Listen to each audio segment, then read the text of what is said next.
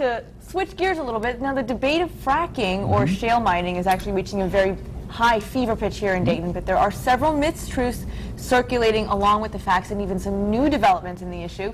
So joining us to help set the record straight is our own News 2 anchor, Mark Allan. Thanks for joining us, Mark. It is good to be here. Before we talk about that, can I first say right off the top, on behalf of all of us in the newsroom, welcome to the WDTN family. Thanks, Mark. Thank you. Thank you. We are thrilled you're here. We are very excited about this show. We think it's great for the station. We think it's great for the community. Looks great so far, so welcome and keep up the good Thank you, work. Mark. We're glad to be Appreciate here. it. Thank you.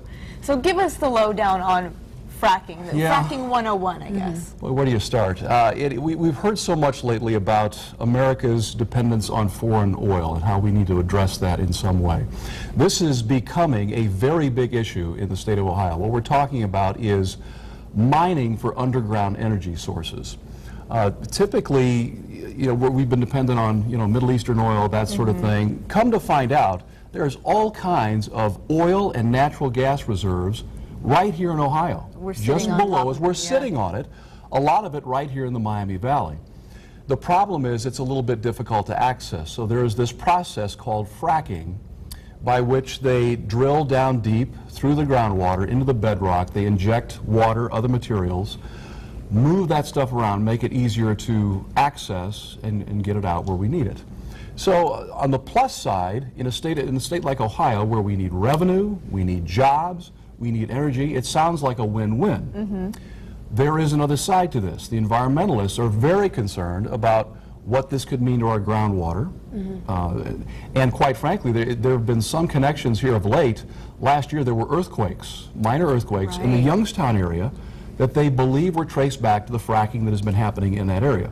So two sides of the coin, but a very big issue, and it's becoming even bigger in Ohio. So we're going to examine that tonight in depth tonight on 2 News at 7. Right, and as I understand it, fracking itself is not an entirely new concept. I mean, it's been around for several decades, but what is new about it is that they can go sideways now. They can go down and sideways, right, which accesses a lot, some pools that we didn't have access to before. Yeah, you're exactly right. Yeah, like everything else, the technology is getting better. They're much more precise now as far as what they're able to do, as far as accessing these underground reservoirs.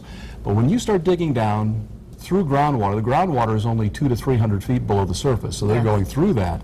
Then you're getting into shale, you're getting into the actual bedrock, and you've got, the plates and everything. And when you start messing with Mother Nature, often Mother Nature doesn't like it. Yes. So but boy, when you talk about the current reality in Ohio, as I said earlier, I mean, it could generate thousands of jobs, millions in revenue. And, we don't have to start importing oil and natural gas because we can use our own. So it sounds really good, but the environmentalists are waving all kinds of red flags saying, hold on, let's look at this very carefully, because there's no going back. And it's not only just what they inject in, then what do you do with the byproducts? That's the other question. I mean, you're generating millions of gallons of this material. It's got to go somewhere. So a lot of unanswered questions out there. Yes. Literally and figuratively, many layers to the story. Right. Good, excellent. Well said. Well, another interesting article released on rustwire.com recently, writer Rick Brown says Rust Belt cities without rail systems are destined to fail. And he named Dayton as one of those cities. So what do we think about that? Destined to fail is a very strong I think that's statement. a bit much. I understand his point that we have to move forward with, technology. There's a lot of other cities that have rail systems. Right. And we need to be competitive with them. But I think you have to take it with a grain of salt. Right. I just wonder if at this point it's a necessity for Dayton. Do you feel that this is something we need now or a luxury? Exactly. Again, it all comes down to money. It's great to visit a city like Washington, D.C. We can ride the metro. It's clean, it's safe, it's on time. You get anywhere you want to go. Cincinnati just invested $110 million in a streetcar system that's going to run along the riverfront, so that's going to be great. But I tell you, Dayton, Ohio doesn't have $110 million. I mean, this city is barely picking up the leaves and fixing the streets at this point. So, sounds great in theory. Personally, I love rail. I think it's a great addition to an urban environment. But I just think it's out of our price range right now. Yeah, and it also beckons the question: do we need one at this point? I mean, I think there's other things that Dayton has to offer. Yeah, we don't have a rail system, but it's, there's... Right, I guess people are saying it's less disruptive as opposed to highways and things like that. That is true.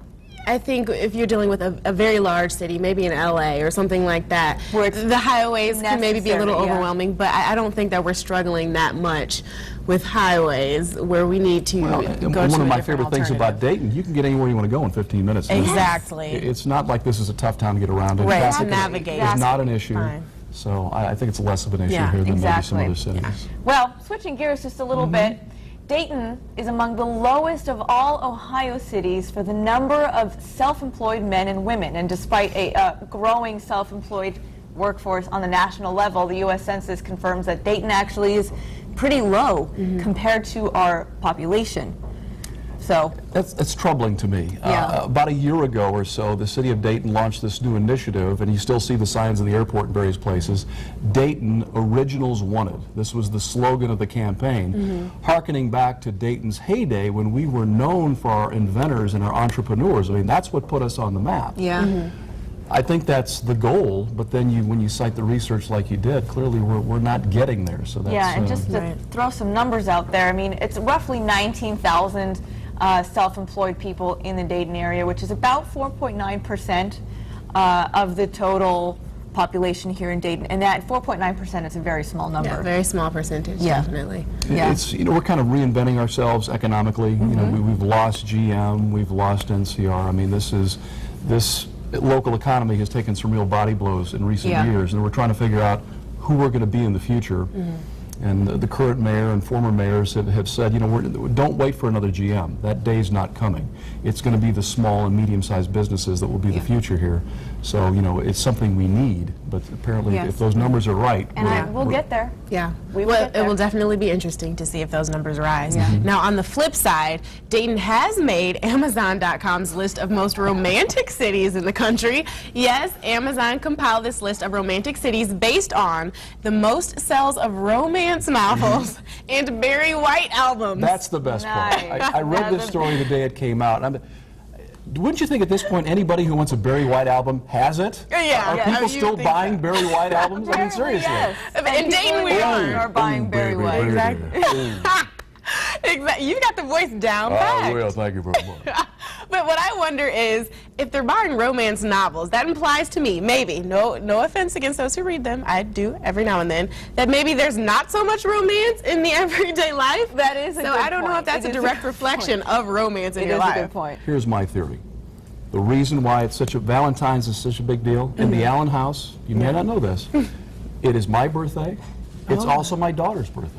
Well, happy Both of belated us are- birthday.